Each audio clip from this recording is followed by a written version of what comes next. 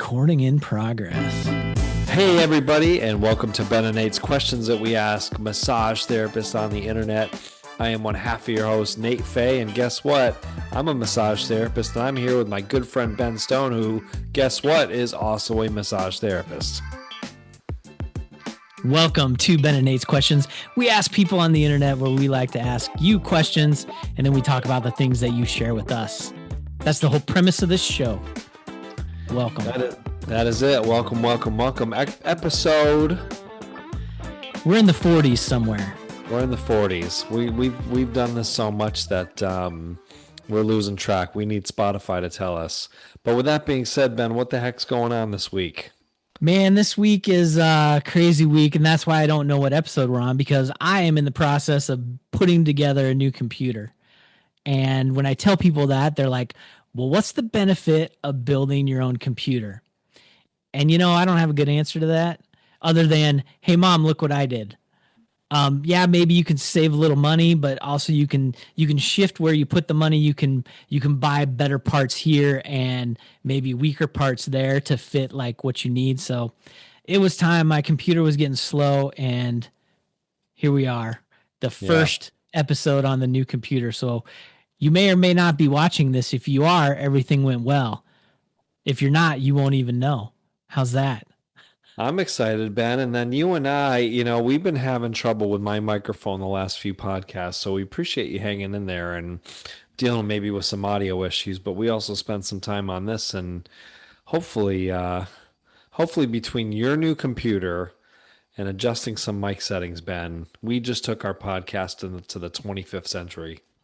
We might double our listeners from 10 to 20. That's right. Especially in Peru. And those people in Peru, they're pretty understanding about audio issues. So we appreciate you guys out there.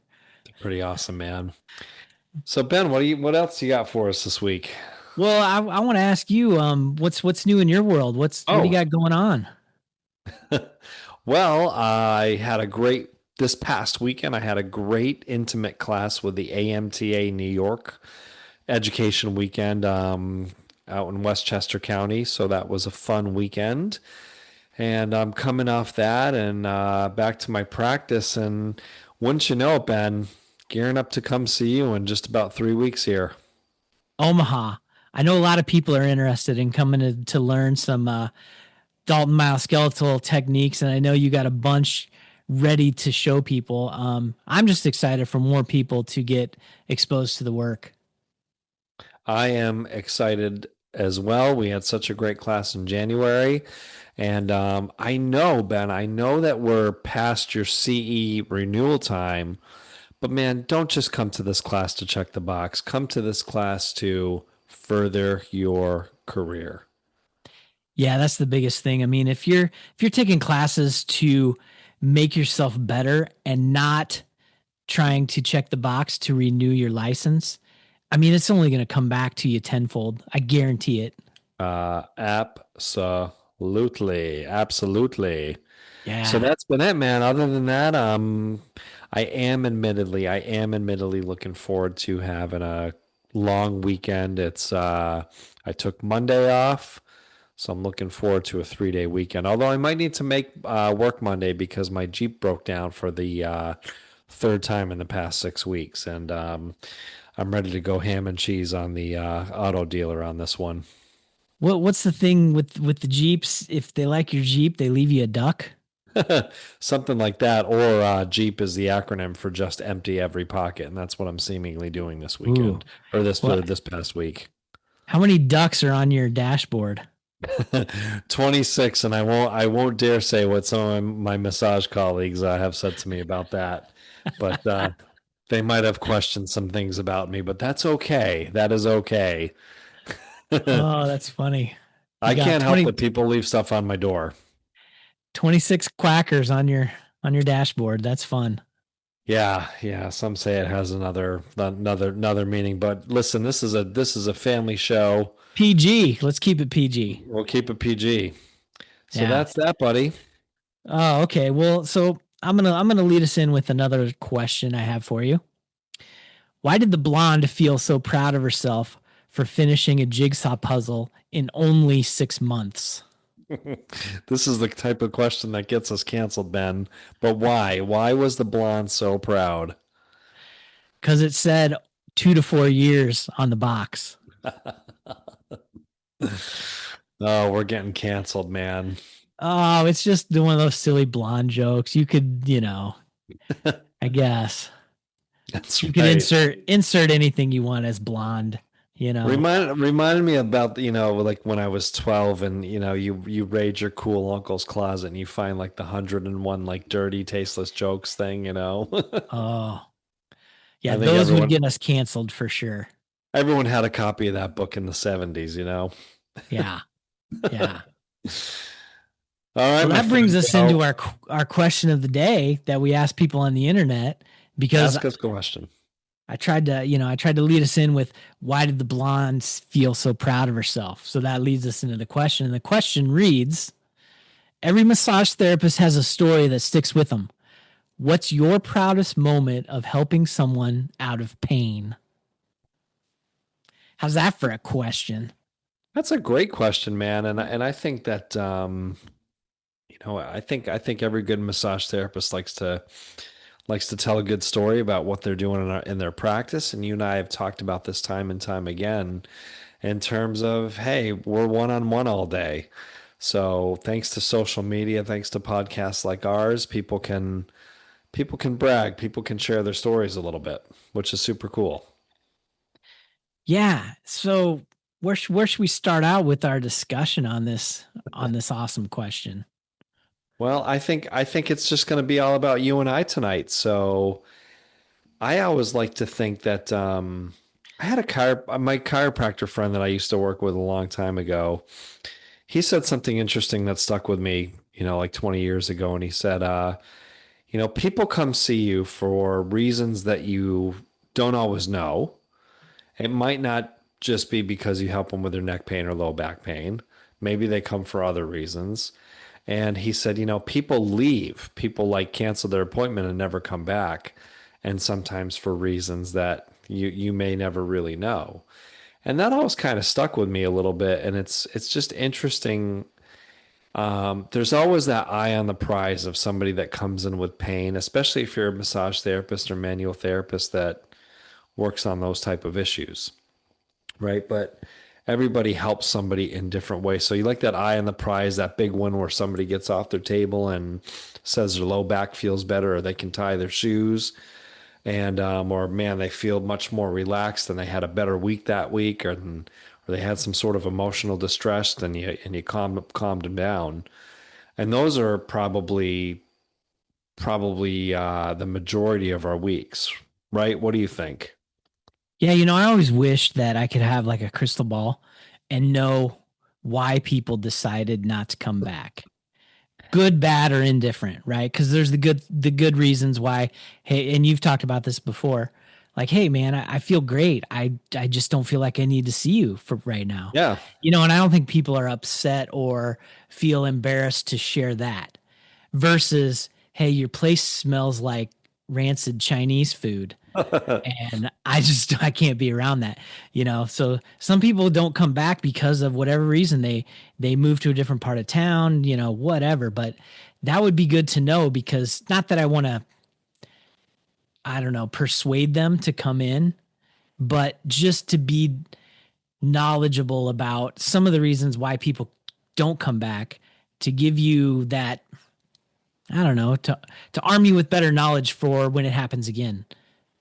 Right. In the very rare times in the past that somebody's like, dropped out of care, I've emailed them and just said, "Hey, and we talked about this, right? Hey, thanks so much for being an awesome client, and it's great working with you, and I would just love to know if there was anything I said or did that made you cancel your future appointments, or if there's anything I can improve upon, please let me know." And 100% of the time, people are like exactly what you just said.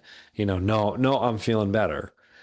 And sometimes too, Ben, I know we're kind of going the opposite way here, but sometimes too, right? Practice, your practice can get pretty overwhelmed. I feel like I'm in like this overwhelmed phase right now with my practice and trying to manage some business aspects in terms of juggling clients and figuring out if I should take a break from seeing new clients right now.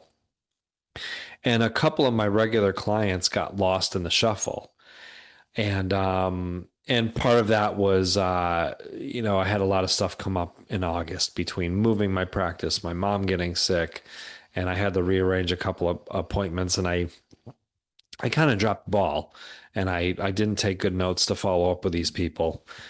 And, recently a couple of them reached out to me and they were like, "Hey, like, you said you were going to reach out to me, and I know you got a lot going on, and would love to get back on your schedule." So that was like pretty cool. You know what I mean? And they were totally, there was no harm, no foul. Nobody was upset. And then I had another client that dropped, quote unquote, I say dropped out of care, but just, canceled her appointment and never called me back.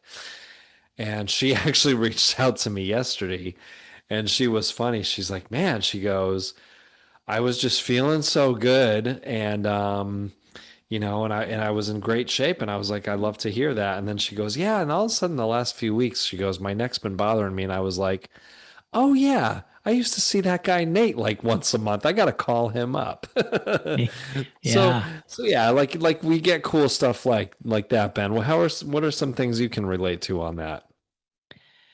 Oh man. Yeah, like one of the things that I started doing, because sometimes I'm not so good at circling back around with people, Yeah. because I write it down and I forget where I wrote it, and all those things. And I'm upfront with people. I say, "Hey, yeah, Yeah. exactly. I've got a ton of those in my Guilty as office." charged.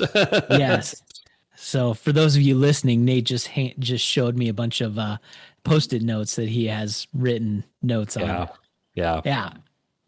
And so I'm honest with people and I say, "Hey, look, if I don't get back to you in a week, please reach out to me and I won't be upset, because you just need to remind me."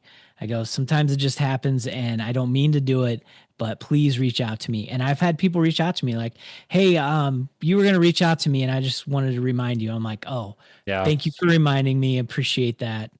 Yeah, it's just best intentions, but sometimes it just doesn't work.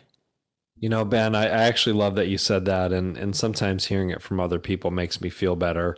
And I've used that same verbiage with my clients as well. Like, hey, if I forgot about you, don't take it personally, and just, you know, bang on my door and be like, "Hey, Nate." And Yeah. I've done that with people before too. But all that stuff aside, man, so like, again, massage therapy, 20 years ago, we helped people, stress and relaxation. And that's kind of was the crux of what we did. And then fast forward, it turns out with advanced trainings and more education and how beneficial massage therapy can be for people that have neck pain, shoulder pain, back pain, nerve pain, right? Numbness and tingling in their arms, or like sciatic like pain. So there's got to be something in your mind that just jumps out, that one client where you totally saved their life in a way.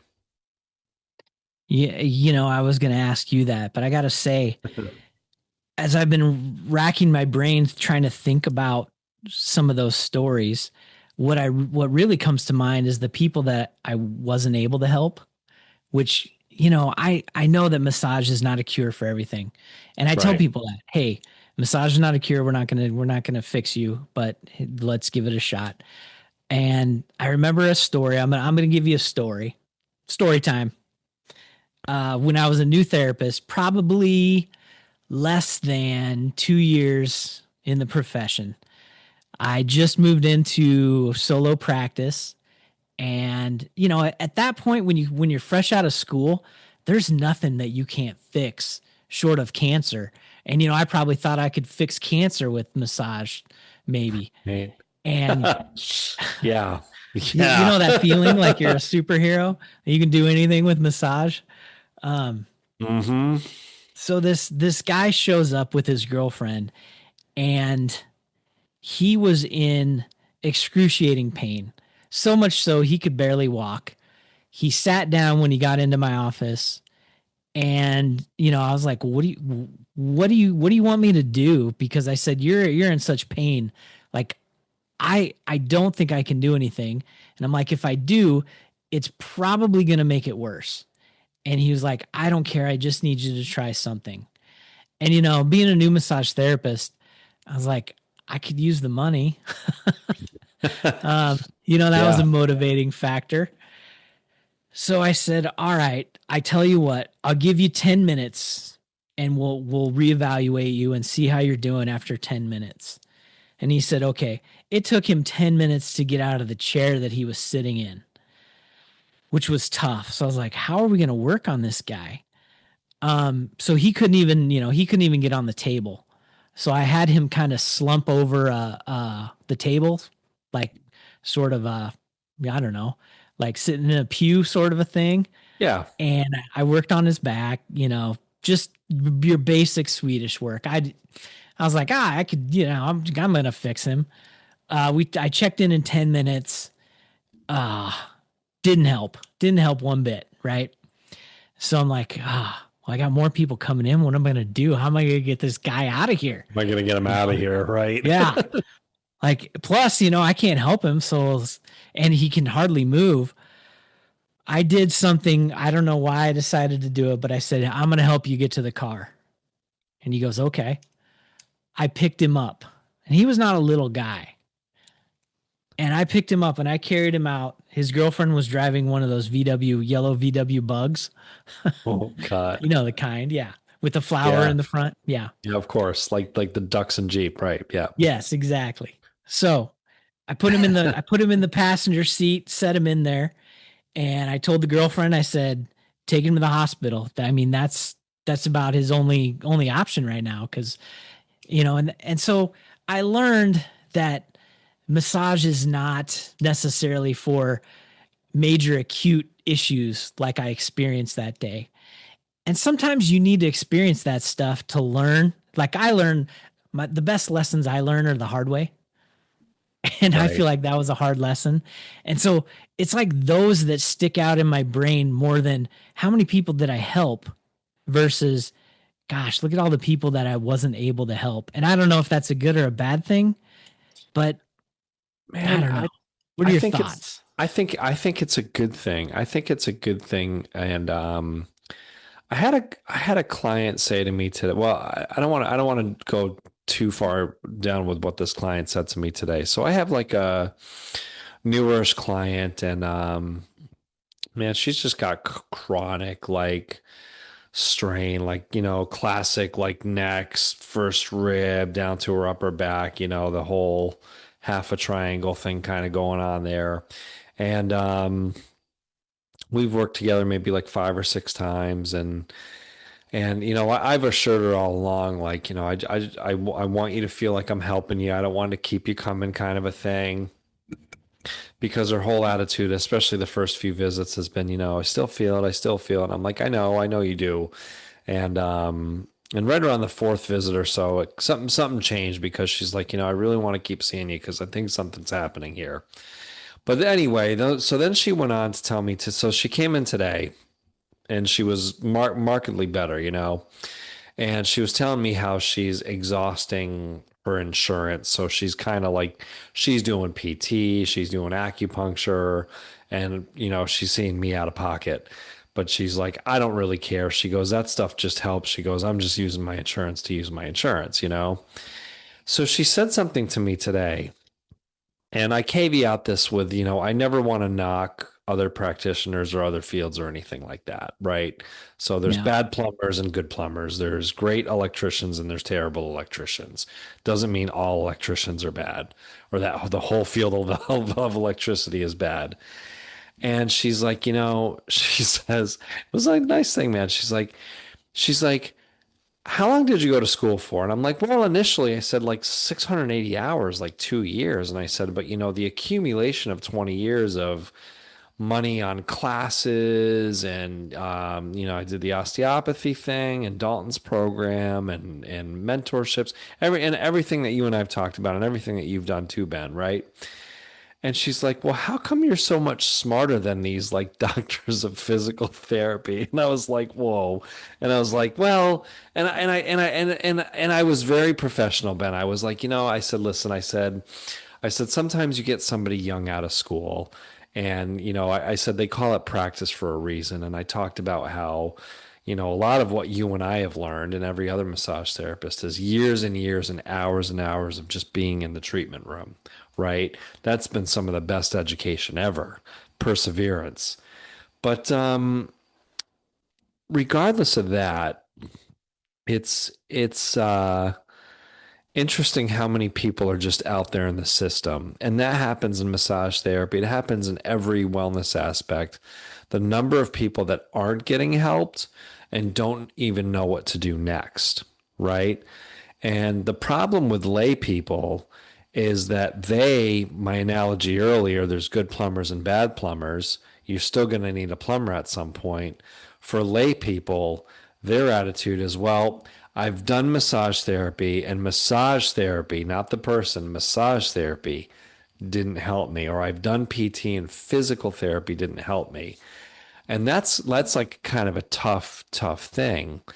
But back to you and I, the fundamental point that you brought up of not helping people, I think in some ways, in one hand, that the people we don't help, I firmly believe we've helped them in some ways. And I've had past experiences where I've gotten a phone call from a new client, and they're like, "Oh, so and so referred you." And I'm like, "So and so referred me. I couldn't help them, and they were out of my office in two visits." And I'm like, "Whoa." And I'm like, I'm kind of surprised, right? And they said to me, "Well, they really trusted you. You were so nice to them, then they really trusted you, and I thought that I would start with you." So I've always thought that was interesting when that's come up.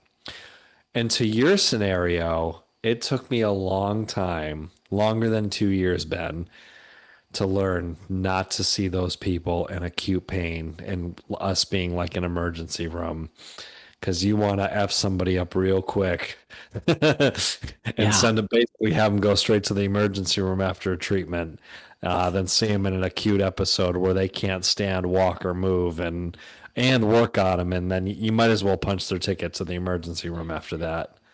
that's for sure. Yeah, and it took me a long time to finally say to people, "Nope, I'm not going to see you for 5 to 7 days.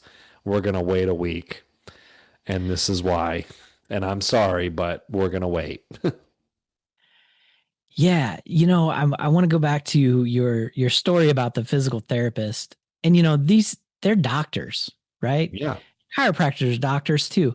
They go to school for a lot more a long initially time. Yeah, than we do. And I don't ever, you know, I don't pretend to have that level of knowledge. yeah, definitely But not. Definitely not.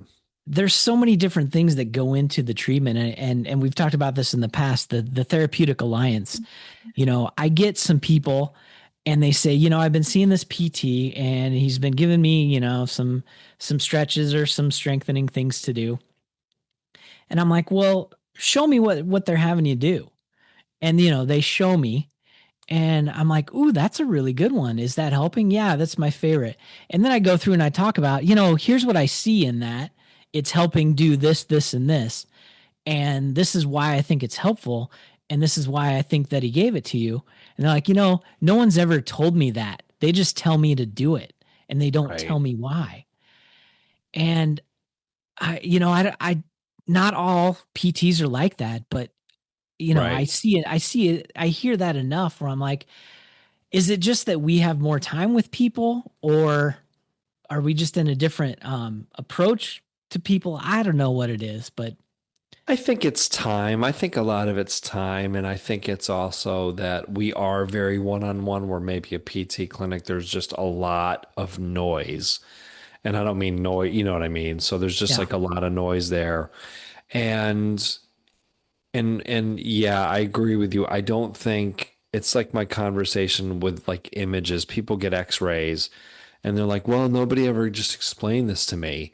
and I don't know what this word means. And God forbid they Google it, right? Yeah. And, sometimes it just takes like a good explanation, and this is why I want you to do it. And that whole thing goes back to meeting people where they're at in terms of goals. And I always say, we're teaching our mile scales alignment classes. Dalton wrote out these goals of every session. Level the head, level the tail, and get people confident and trusting you and feeling better and meet them where they're at. But it's like, man, hey Ben, my low back hurts, and then you work on me. Well, Nate, now I want you to leave and I want you to try to squat 150 pounds when you go home. Well, I'm not going to do that because A, that's going to scare me. I'm going to be afraid of hurting my back. So then I'm going to come back to your office a week later or 2 weeks later, and you're going to say, "Well, Nate, did you do those squat exercises I told you about?" And I'm going to say no. And your attitude might be, "Well, oh, this is disappointing. This is just another client not doing their exercises." But like you said, if you explain it to them better, give them a more reasonable exercise and why they should be doing it, certainly don't give them squats right off the bat. But you know what I mean here, right? Give them Yeah. something more in line. So it's like ask the question, what are your goals? What do you want to do? And outside of you explaining, which is a missing link for people, like, hey, this is why I want you to do that dead bug, and this is what it's doing, and this is how it's helping you. But if my goals are I wanna walk a mile, that dead bug that you're making me do might not. Well, how's that going to make me walk a mile if nobody explained it to me? So, Yeah. And I yeah. and I hear along those same lines, I hear people they come in and they go, "Yeah, my glutes aren't firing." And so the PT has me doing this or this or this, and same thing. Well, what are your goals? Oh, I want to be able to go up the stairs without pain. Okay, well, here's why this is going to be helpful, and just Yeah. putting it at a level where a level of goals, like, not we need to strengthen this muscle because that means nothing to the person. Yeah, okay, great, I need to strengthen that muscle, but why? There's we got kind of derailed on this. I want That's to. okay.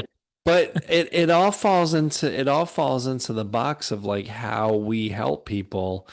And you and I have been saying for almost probably 45 episodes, you and I have been saying, man, helping people touches like touch is the most we do in the session, but touch is probably the last way that we help people, right? So it's all of this other stuff. It's education, it's listening to people, it's building confidence with them, and the touch part of it, even though that part would last 45 minutes, it's everything else. That client said to me today, she said to me this twice now because she's got some low back pain. And she came in a visit or two ago and she goes, "Well, I also think I know that I have low back pain because this chiropractor told me I had a short leg." And I'm like, "You don't have a short leg. You don't." And she said it again tonight. And I said, "Listen, you got to get that out of your head. That's like, it's in your case, it's nonsense. You don't have an anatomical defect. You weren't born with anything. Your legs are perfectly even, so you got to get that out of your head." But it's that fear-based shit that's living in her that's also probably slowing her down from getting better. And just like it Yeah, slows everybody else down in your example of actually moving forward. but how cool is it to find something in somebody like, oh, hey, look, there's a leg discrepancy, an anatomical difference in the legs that you find, but the last thing you want to do is say, okay, so your legs are different lengths, and that's going to cause back pain for you, so I'm sorry. Like, that's the Yeah. last thing you want to do. Like, I want to tell people that I found it, but it's not something you just, you blast like, "Hey, look what I found." Right. It's funny because I think back of cases like that. I had this woman years ago. Yeah, this was years ago, and I was kind of like sinking my teeth into the Dalton work and unleveling of the pelvis and unlevel. And I said that I made the mistake. Well, this is why your back hurts, and until you get level, your back will hurt. So every session she started off, am I level? My Am I level. level? And then finally by the fourth visit, she says, my back's feeling better. And I looked at her and I said, "Well, that's because you're level." And she says, "Yeah, I feel a lot better, so I don't need to see you anymore." And she lived on that one thing, and that was my bad. That was just a rookie mistake. And we all do that stuff. I Yeah. think everybody does it. It So Ben, usually sounds like, oh, your muscles are so tight they feel like concrete, or oh, you're really tight here. That's what I hear a lot from certain massage therapists. yeah, yeah. Yeah. And Well, it's not Nate, I that those, want sorry, I was just going to say, it's not that those descriptions are necessarily terrible, but there's got to be more context to them. Because sometimes people might ask you, like, well, what does that feel like to you? And trying to put that stuff in layman's terms can be kind of interesting sometimes, but you still have to do it in a way where you're not pathologizing them and making them live on that whole thing. yeah. And So anyway, sorry. I borrow a page out of Walt Fritz's book there, and I call it an area of interest. I'm like, Yeah. hey, this is just interesting to me. I want to see if it's interesting to you. If it's interesting to both of us, we'll work here. If not, we'll move on. Like it. Yeah. But so I want to get back to the question. I want to ask you the question, Nate. The Like, question. what kind of proud moments do you have for helping people out of pain? Do you have any highlights that you can think of that you ponder on every once in a while? I think I'm sure there's more than one, right? And I think this whole episode, the way this sort of summarizes is that we've helped so many people in so many different ways, and we've probably helped more people beyond what we even realize, right? And it's our job, and that there's people that come in and there's almost this expectation of you're going to help me, like, hey, I'm paying you this money and this is what you do for a living. You're the expert. And it's just another day at the office, right? So people are leaving like, well, yeah, of course my low back's better. They're the expert. Why wouldn't it be? And it probably just seems like a rain on a Sunday for us and for them. But man, I think I had this cool case. I had this guy come into me. It's probably a little over a year ago now. Young guy, and probably about 40, and he was in like a severe auto accident. And he was at a stoplight in his car, and he was hit by a box truck from the back, and the box truck was going full speed, 45, 50 miles an hour. Wow. Crazy. And I met him a year after the accident. And I don't even know how. I don't remember how he got to me. I think he had ultimately Googled me and was just looking for like a last resort help. And he was basically ready to sign up for surgery on his cervical spine. And that's where he was at. And symptomatically, he was presenting with, neck, shoulder, arm, and hand pain, and particularly nerve pain. He was getting atrophy of like his tricep, around his tricep area. And he was an engineer with a desk job. So his right arm was just weak. He couldn't hold it up to do like a lot of computing. He had to constantly take breaks. So it was affecting his whole life. And he was a wicked, athlete. So he was like that like hiking, biking, boating, sailing, fishing type guy, like kayaking, mountain, snowboarding, everything. So all that stuff had completely stopped. All of it had completely stopped. And when he came to me, he was like, I'm like ready to sign up for the surgery. I've had my consult with a neurosurgeon, and if this doesn't work, like that's just where I'm at. Mm. Well, thanks to just some awesome training and some good assessment time, I was able to just maybe just isolate some areas with him. And he had like a severe, like what I found, like a clavicle fixation, and just plus all like the muscle spasm and everything like that. And it was like 2 sessions. He was already like, I'm not going to say like crazy better, but already like 20% better.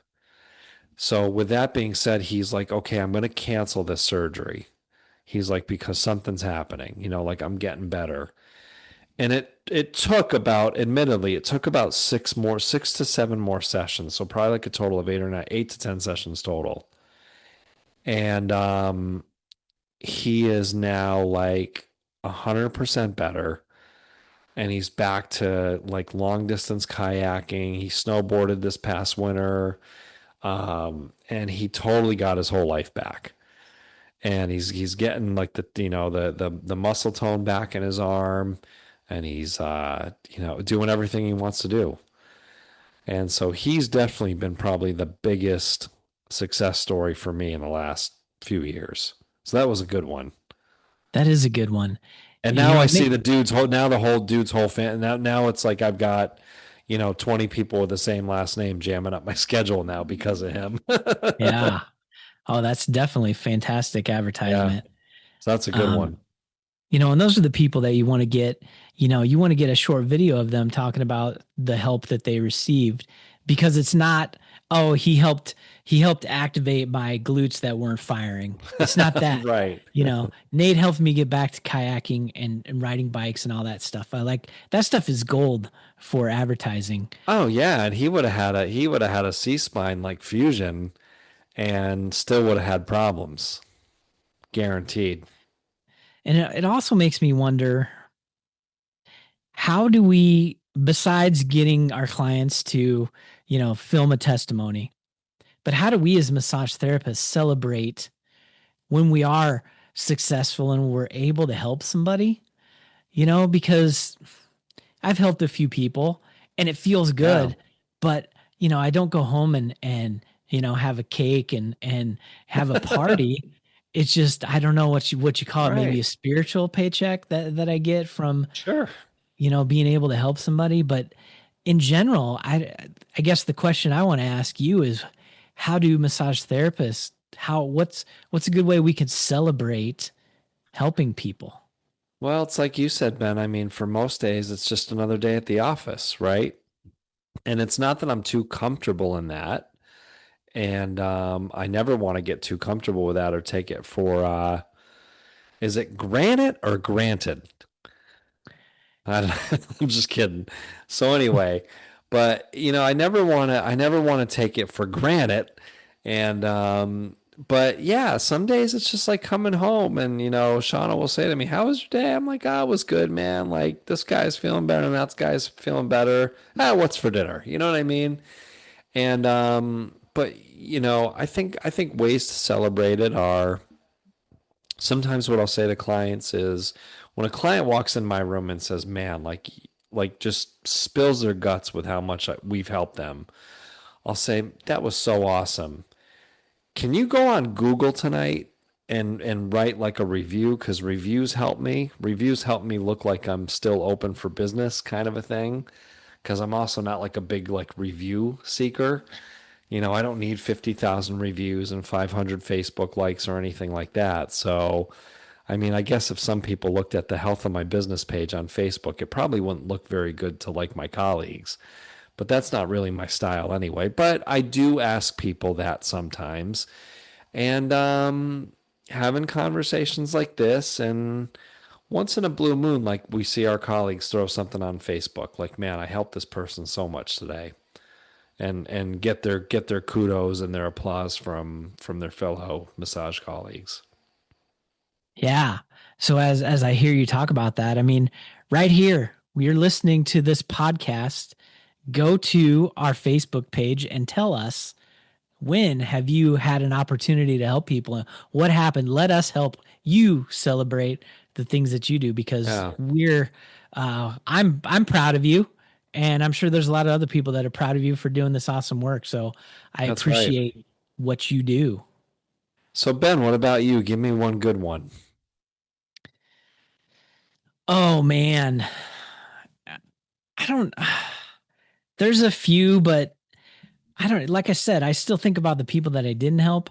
Um, there's a guy that I've been seeing, and he's had some neck pain, low back pain, And we've been working with him, and he no longer has pain.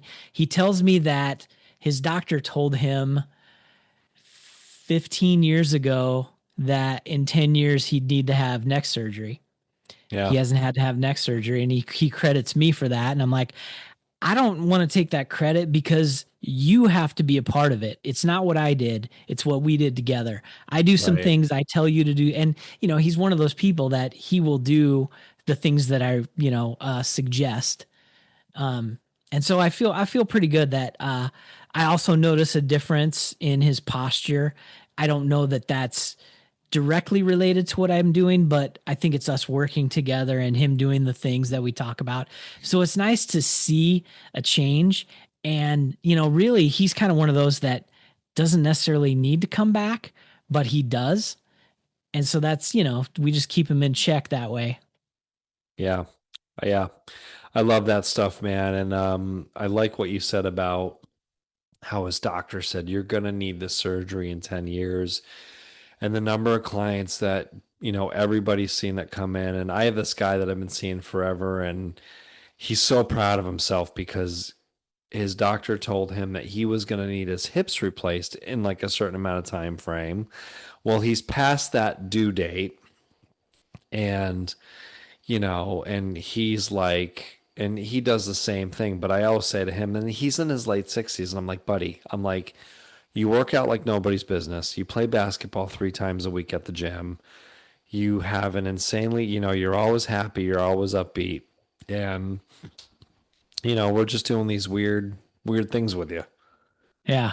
So, and I'm like, but and it's back to those like people get those expiration dates on them, and it's like back to age and pain related stuff. Oh, wait till you turn 40, and I turned 40 and nothing bad happened, and now I'm looking at the pipe of 50, and everyone's like, wait till you turn 50, and I'm like, I'm kind of fine. I get tired a little bit easier, but whatever. I'm not doubled over. That's for sure. And I then don't you look got like those other Archie people. Bunker yet. Yeah. And then there's definitely those other people who are the flip side of that. They're like, yeah, the doctor told me that I'm going to need new hips in 10 years, and I'm not going to let that happen. And they're walking in terrible pain. It's like Right. they're just totally denying the fact that they need the hips. I I know. don't I know. got That's I just, got I got a couple of those too, and I actually have this one woman, and I kind of applaud her for having big cojones because yeah, she walks like so bad, and she's like, I'm not doing it. She goes, I don't care, and I'm not gonna, she don't want to do nothing. She don't want to act. She doesn't. She literally is like checked out. She literally comes in my office and lays on my table and just, and again, this is back to, I don't know how I help her at all, but maybe it's the hour of like having conversation. Maybe it's the hour of somebody's like touching her therapeutically. And yeah, she's not going to do diddly. And she broke down and got one hip out of two, one out of two replaced at the, and she's recommend double knee replacement, of course, and she got her one hip replaced. She's walking worse than she got her hip replaced because she didn't do none of the PT, nothing. So she's actually worse now. And she told me last week, I'm not doing anymore. I don't care. And I'm like, okay, whatever. yeah. I'm thinking I've got another thought coming in my head. Do you ever journal or write down about the successes you've had, not just helping people, but other successes that you've had in your business? I never have. Have you? I have not, but it was just a thought I had.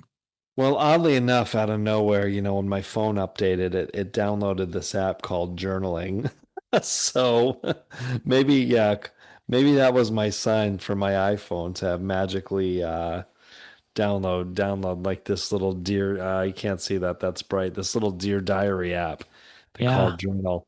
So yeah, yeah, there you that's go. Start interesting. journaling. Create your personal journal. Yeah, who knows? Yeah, All right, Ben, take us home, buddy. You and I got to go to bed. yeah.